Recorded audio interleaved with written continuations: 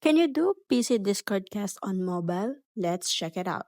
The first thing that you need to do is to open your Discord account. And as you can see, if you search Discord cast, nothing or no one is appearing. So let's ask first to Google if it's possible. Now let's go ahead and go to the Google and ask how to do PC Discord cast on mobile. Now if you search it on the AI overview, it says you can complete PC-based Discord cast on mobile because some require using the desktop app to play a game or stream it. The mobile app can only be used for watch video or play on mobile cast. So, the only thing that you can do on your mobile is just go ahead and watch the stream of Discord cast from the desktop.